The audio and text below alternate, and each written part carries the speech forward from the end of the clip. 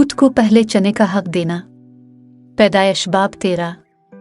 Abraham और कोतों आहिस्ता आहिस्ता सफ़र करते हुए मुल्क कनान में पहुंच गए।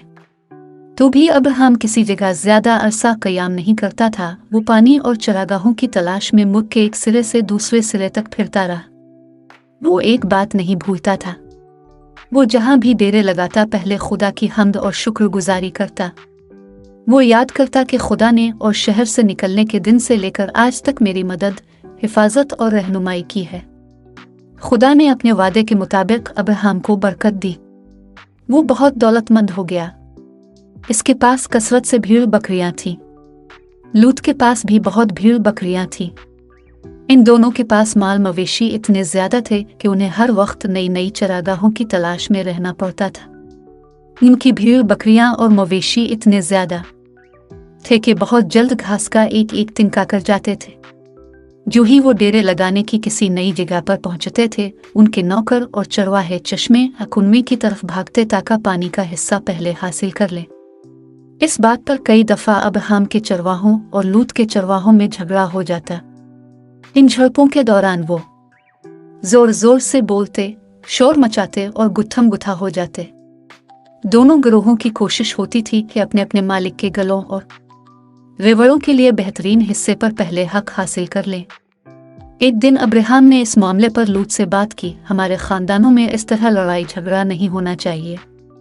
हम दोनों के पास इतने माल मवेशी हैं कि हम इकट्ठे नहीं रह सकते। हमें जुदा हैकर अलग अलग जगहों पर रहना होगा। अब्राहम उम्र में लूत से बहुत बड़ा था, इसलिए इलाका छने का पहला हक इसे मिलना चाहिए था। मगर उसने कहा, लो तो अलिफ मशरक और मगरिब की तरफ गौर से देख, सारा मुल्क तेरे सामने है। फैसला करके तो किस तरफ जाएगा? मैं इससे मुखालिफ समत चला जाऊंगा। लूत ने दरियाई यरदन की वादी के सरसब्ज और शादाब मैदान देखे।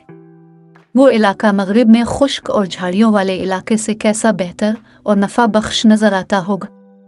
लूत ने बैरून की वादी की तरफ इशारा करते हुए कहा, मैं इस तरफ जाऊंगा। उन्होंने आदास दिलों के साथ एक दूसरे को अलविदा और खुदा हाफिज का।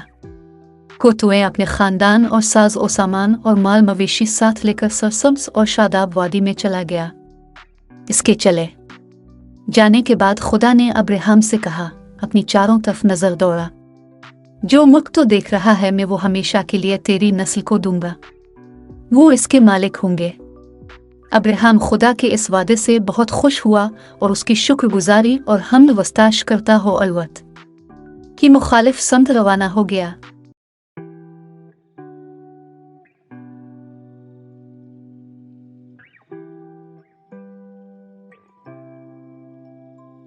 खुदा का वादा। पैदाइश बाब 14-15। लूत ने सरदिन का सरसब्ज और शादाब मैदान चुन लिया। इसने अपने चाचा को छोड़ दिया कि नजर और दुश्वार गुजार पहाड़ी इलाके में घूमता फिरे। बेहतरीन इलाका चुन लेने के बावजूद लूत बहुत जल्द मुसीबत में फंस गया। वो एक शहर सदविम में जा बसा। नजदीकी शहरों के सरदारों के दरमियान जंग छिड़ गई। एक सरदार ने सदविम पर हमला कर दिया और वहां के लोगों के साथ कोता और उसके खानदान को भी कैद करके ले गया। जब अब्राहम को खबर हुई तो जल्दी से अपने नौकरों का दस्ता लेकर निकाला और लूत को छोड़ा लाया। अब्राहम ने जिन सरदारों की दी की थी, उनसे उजरत कोई नजराना लेने से इनकार कर दिया।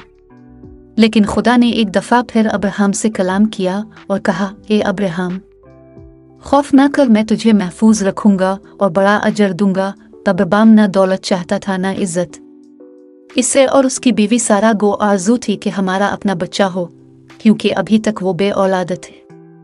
इसने बड़ी मनफी से खुदा से पूछा, दौलत मेरे किस काम आएगी? मेरा कोई बेटा नहीं जो मेरी दौलत का वारिस हो। मैं और सारा अब इतने बूढ़े हो गए हैं कि औलाद होने की उम्मीद नहीं। मेरे मरने पर मेरा एक गुलाम मेरा वारिस होगा। खुदा ने कहा, अपने खेमे से बाहर निकल आ और आसमान को देख। अब्राहम रात की ठंडी और खुशगवार हुआ में खेमे से बाहर आया। मतला साफ और आसमान सितारों से रोशन था। खुदा ने पूछा, क्या तू उन सितारों को गिन सकता है? मैं वादा करता हूँ कि तेरी औलादाल आसमान के सितारों की मानिंद बेशुमार होगी। मैं खुदा हूँ जो तुझे और से निकाल लाया हूँ। मैं हमेशा तक तेरा और तेरी नस्ल का खुदा हूँगा। मैं तुझे और सारा को एक बेटा अता करूँगा। اور میں یہ ملک میراث کے لیے اس کی اولادال اور نسل کو دوں گا۔ ابراہیم نے خدا کے وعدوں کا یقین کیا اور پورے دل سے ایمان رکھا کہ خدا انہیں پورا کرے گا۔ خدا خوش ہوا کہ ابراہیم نے میرا یقین کیا ہے۔ اس نے ابراہیم کو قبول کیا کہ اس نے مجھ پر ایمان رکھا۔